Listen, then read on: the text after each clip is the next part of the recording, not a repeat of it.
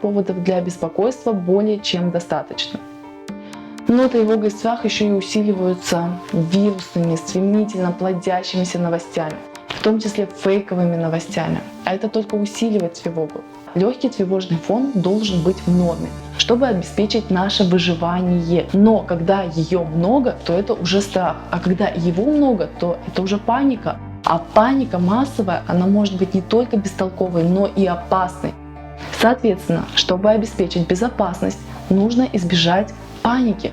Но нельзя уходить и в отрицание.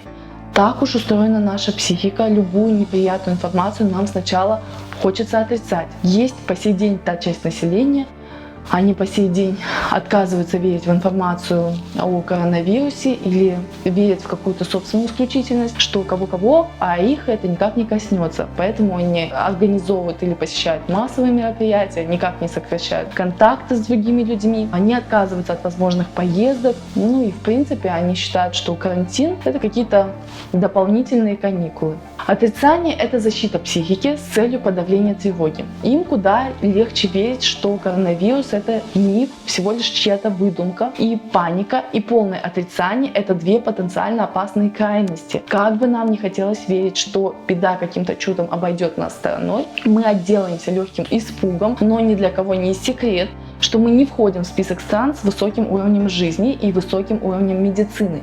Поэтому самоизоляция, гигиена и настороженность — это все, что у нас есть.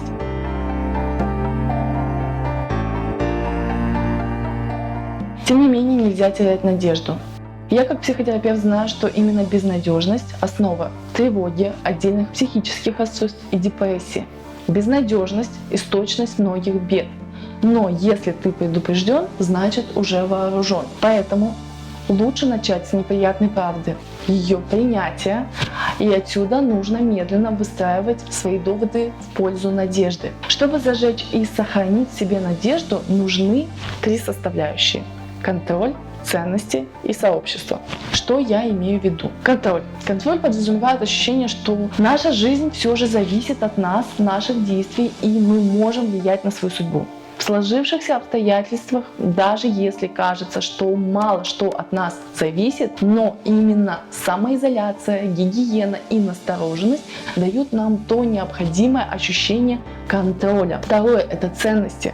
Это то, во имя чего или кого мы готовы терпеть лишения и продолжать работать. Кто-то удаленно, а кто-то рискуя своей собственной жизнью и здоровьем, и тем самым способствуя изменениям к лучшему. Если бы я спросила, что для вас ценность в относительно благополучное время, ответы были бы разные. Для кого-то ценность — это семья, для кого-то это личный успех, для кого-то ценность — это отношения. Но перед лицом болезни или смертельной угрозы все как один ответят, что для них главная ценность — это жизнь и здоровье. Перед лицом смертельной угрозы такая ценность, как здоровье, объединяет людей. Третье — это сообщество. Сообщество подразумевает, что мы входим в группу людей, которые разделяют наши цели и ценности и тоже стремятся к их достижению. Наша всеобщая цель сейчас — это справиться с пандемией коронавируса, потому что мы все хотим жить. Здоровье — это наша главная ценность. А для достижения этой цели мы все должны быть готовы делать все от себя зависящее. А без ценностей ничто не мотивирует нас на достижение. Без чувства контроля мы не чувствуем в себе сил на то, чтобы хоть что-то, чего-то добиваться. Стоит утратить что-то одно, и тут же теряешь все остальное. Стоит утратить что-то одно, и надежды как не бывало. А нам нужна надежда. Именно она помогает преодолеть тяжелые времена.